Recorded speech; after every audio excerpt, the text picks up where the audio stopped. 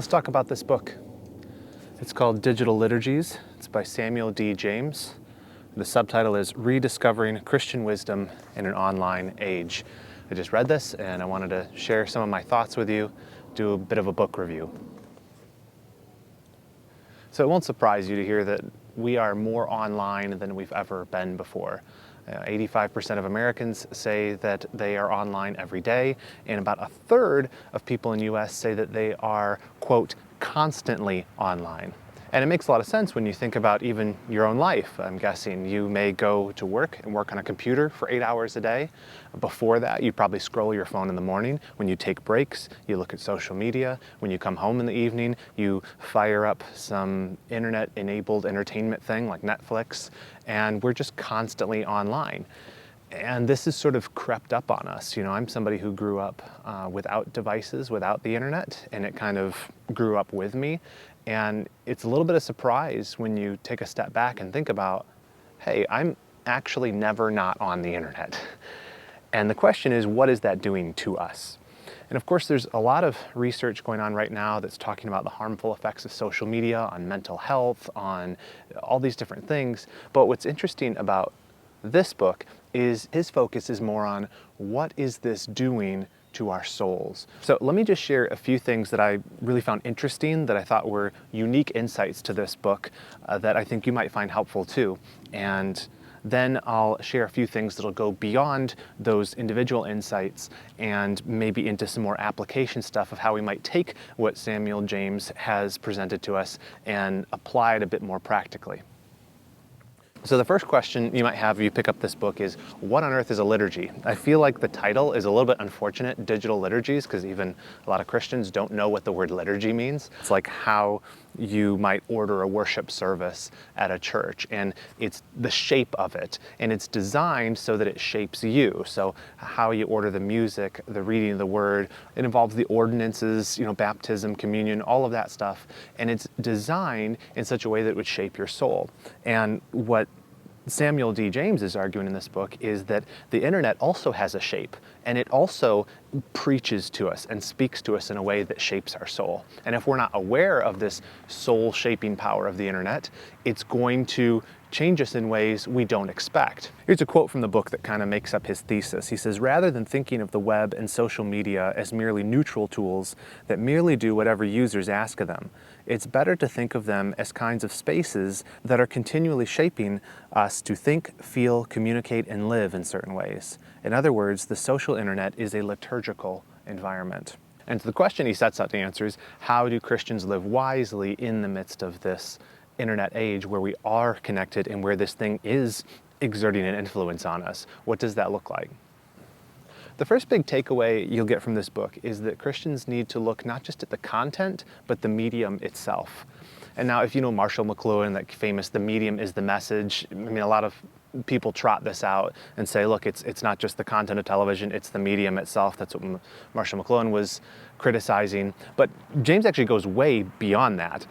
He's not just saying the medium is the message. He's saying the medium actually changes you on the inside more than just your thinking. It's actually affecting your soul. Here's another quote. He says, rather than being a neutral tool, the internet, particularly the social internet, is an epistemological environment, a spiritual and intellectual habitat that creates in its members particular ways of thinking, feeling, and believing.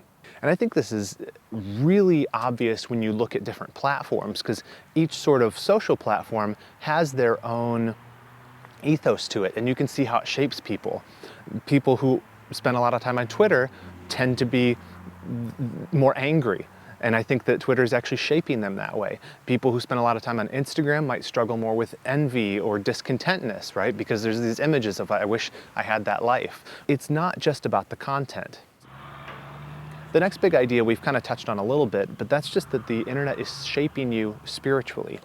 And this sounds kind of woo-woo at first, but then when you think about it, that's what we're doing at church, right? I go and hear the word preached. I go and hear it proclaimed back to me in song. I sing it. I'm encouraged with fellowship. I am being shaped. I'm being formed. I am being preached to. Well, the internet is preaching to us too. It is telling us certain values. It's telling us certain beliefs, and it's inculcating those in us. over and over and over again. And to say that we're immune from that, I think is a little bit of naivete on our part, and that's what James is arguing too. Of course it's changing you. It's influencing you spiritually. He says, even our most allegedly non-religious spaces are deeply spiritual. They tell us a story about the good life, what it is, and how we can get it. These spiritual habitats train our hearts and make certain ideas and behaviors more desirable, and others less so, by immersing us in a particular narrative. The simple fact is, habits change us. We know that they change us. If you go back in my video archives and you look at the interview I did maybe a year or two ago with Greg Gifford, who talks about heart and habits and how those feed into each other, and how God has sort of designed us to be habitual creatures, and that those habits reinforce our beliefs.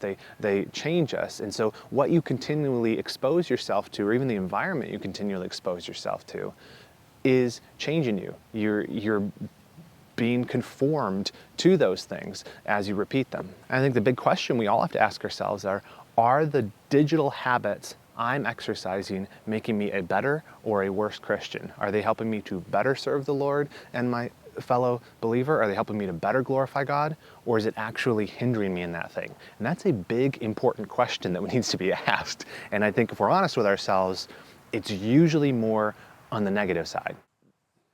Another big idea James presents that I think is really helpful is that wisdom is obscured by the digital world. The internet is a reality distortion field. It's telling us this is the way the world is, but when you pull yourself away from the computer for a little while, you're like, that's not really how it is. People aren't really upset about that big thing. It's just the online world. It's its own thing, and it reshapes how we view the world. James says, to live wisely is to live with the grain of the truth that a real God has revealed to us. But our computer-generated experience of life affects how well we can see and perceive, and thus how well we can live according to that truth.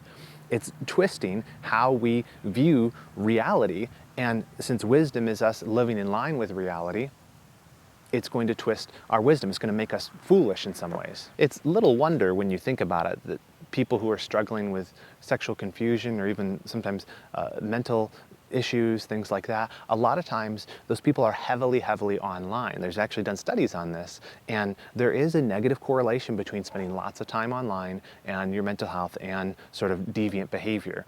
And so I think some of that is sort of evidence that proves James's case. It is changing us. The last big takeaway I want to share with you was sort of a minor point that James made, but I thought it was so interesting I wanted to share it, and that's that the internet is a deficient discipleship tool. Now, as somebody who does online ministry, I mean, one of my first jobs out of college was doing social media ministry for an international missions organization. I did internet ministry for a really huge ministry previous to doing this. That's sort of been baked into my DNA that, of course, the internet is a huge opportunity for believers to reach the lost and to disciple people. But one of the things James points out is because the internet is disembodied, we might say, it actually is missing out on a whole half of discipleship, because it's not just information that we disciple people with, it is actions that can be imitated, right? Paul tells Timothy to guard his life and his doctrine. Both of those are needed aspects of discipleship. And Christians that are pretty gung-ho about using the internet to reach the lost or disciple people, I mean, we just have to recognize, yes, it may be a useful tool for conveying information, scriptures, gospel, sound teaching, etc., but it will never fulfill the whole call of discipleship, which requires us to be face-to-face with people. You even see this, of course, in Paul's epistles, where he says, I'm writing to you, but I long to be face-to-face with you. It's fundamentally better, and it's an aspect that is necessary for discipleship. I thought this was striking because I've noticed this phenomenon over the last 10 years or so, of young men especially who have been discipled online. They follow somebody's ministry and they become really pugnacious. They want to fight all the time. They might have a lot of head doctrine, but they haven't been actually living day to day and seeing the life of a follower of Christ up close, a mature follower of Christ. And so instead, they've got all these ideas and they think that maturity means fighting with people about theology, where theology is important, but the problem is they're just getting half of it. And this is why even in Deuteronomy, when it talks about raising your children, in Deuteronomy 6, it says, teach them these things as you walk in the way, as you lie down, as you do this and this. It's something that's done together as you go through life. And the internet cannot imitate that. It's a deficient discipleship tool. And I think James made a great point of that. So those are just a few of the highlights, things I think you'll enjoy from the book. Those are big takeaways from me. I do highly recommend this book, but I will say there was a couple of things here that frustrated me, and that was really mainly that I feel like the book ended too soon. Because as I was reading this book, I just kept expecting his really good arguments to sort of crescendo into a really potent caution, or maybe some instructions about, hey, we're online too much, maybe use your phone less, even anything. But he keeps stopping short of that, and he almost seems like he's reeling himself back in at times with a hesitancy to share anything beyond, hey, just be aware of this stuff, guys. But there was a couple times while I was reading it where I almost threw the book across the room because I was like, come on, man, just say the thing. Say get off your phone, say get off social media, just say it. Because I think that if you read this book, you're gonna be like, hey, maybe I should be using this stuff less, or maybe not at all. I really think that that is the logical conclusion of it. And he doesn't seem like he wants to go there. And like, for example, he says, what we choose to see as our reality changes us in that reality's image. The spiritual and intellectual haze we feel is the feeling of thinking, feeling, and believing more like our technologies. We are becoming what we worship, and what we are worshiping has a mind of its own. And maybe he's using hyperbole, but if you're saying that we're actually committing idolatry with our devices, it seems that the conclusion should be, I need to put that away, at least for a time. In the Old Testament, people who are committing idolatry, even if we recognize that idolatry is a heart matter, they still got rid of the idols. And I think maybe iconoclasm needs to come for the iPhone. Maybe there should be some smashing going on here if we really want to be free of this. If the problem is as serious as he's saying, I think our action needs to be equally serious and maybe even a little bit dramatic to help cut us off from this. He even says, when it comes to the web and the Christian life, the question, so what do I do now, is especially tricky. Why? Because there's no straight line from Christian wisdom to rejection of technology. But I get that he's saying, like, you can't reject all technology. I mean, you're still going to use a shovel, you're still going to use the phone, things like that. And I'm not arguing that. I don't think anyone's arguing that, except maybe the Amish. But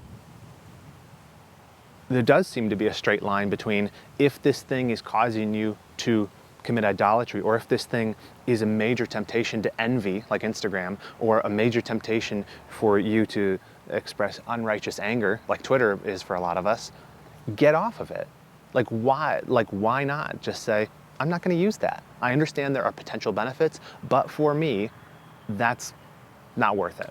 And he sort of tries to check this conclusion, at least a little bit. He says, even if it were possible to order one's life in the 21st century to eschew all forms of the internet and digital communication, the end result would mostly just be to cut us off from other people, the majority of whom would continue to live, work, think, and consume online with no sense of how their hearts and minds might be changing for the worse. It sounds almost like he's appealing for us to be digital missionaries or something, and be like, hey, online world's changing us, it's probably pretty bad for us, but I have to stay on there so I can warn people about how bad it is for us.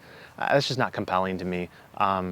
The most compelling thing, at least for me in my own sort of journey to being less online than I was before, was the people who never use social media or don't use it that much. I looked at their lives, I'm like, they're more content.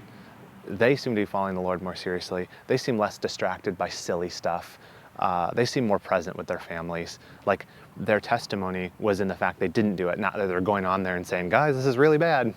He goes on to say, even if you could throw away all your computers and smartphones, delete all your social media accounts, and go back to physical CDs and newspapers, your heart would still tilt away from the wisdom of Christ. Sin is holistic and fundamental, which means we can't be rid of it by taking any external actions. Yeah, I agree with that, but the Bible does instruct us to flee temptation. So I do think that if your digital device is causing you to commit heart sins or idolatry, you've got to take serious action against that. And you're not saying that it's going to change your heart, but you're saying, I'm not going to go in the way of where the prostitute is, like in Proverbs it talks about. I'm going to avoid that way because I don't want to be tempted.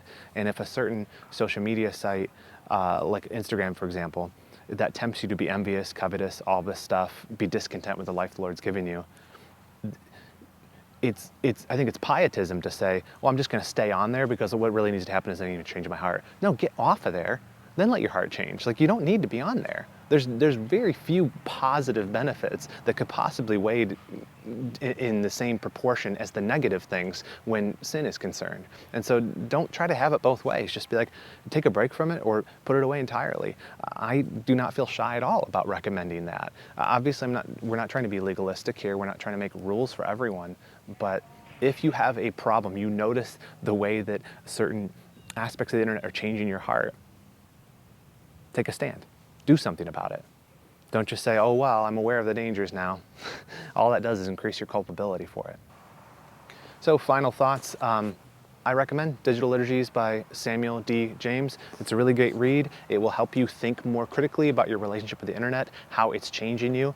And I don't think we should be afraid to take some of the ideas that James so well puts together in here and take them a little bit further to their logical conclusion and actually make some significant changes so that we can live more effectively for God's glory, be more productive in the use of our time, and be more present in our relationships, because we've got one life to live and we want to be faithful with it. And there are tools that can help you on the computer, but if there's stuff that's not, cut it out, get out of your life, and try to live a bit more intentionally. Good book, recommend it. That's my review. See you in the next one.